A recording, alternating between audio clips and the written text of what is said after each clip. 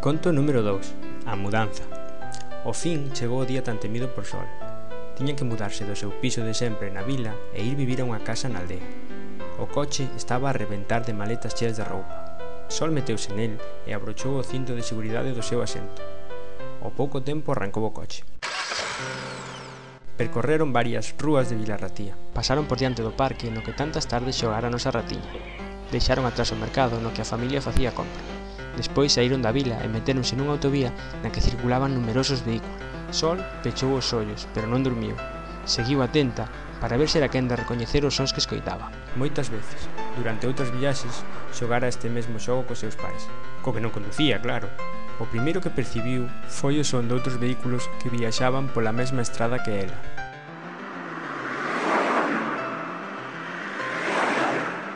Despois notou que o coche freaba e comezou a escoitar uns sons moi fortes e desagradables. Era o ruído dunhas obras de mellora que estaban a realizar naquela vía. O coche volveu a poñerse en marcha pouco despois. Máis tarde, escoitou uns sons metálicos. Tras pensar un pouco, decatouse que se trataba das campás dunha igrexa. Abriu os ollos e... premio! Á dereita do coche víanse un grupiño de casas e sobre os tellados sobresaía o campanario dunha iglesia. Despois o coche atravesou un túnel para pouco despois abandonar a autovía e pasar unha estrada máis pequena que transcorría por entre unha fraga. Sol volveu a pechar os ollos, concentrouse e escoitou. Os sons semellaban paxaros, pero abriu os ollos e non os viu por ningures. Pechou os ollos unha vez máis e o seguinte que escoitou foi...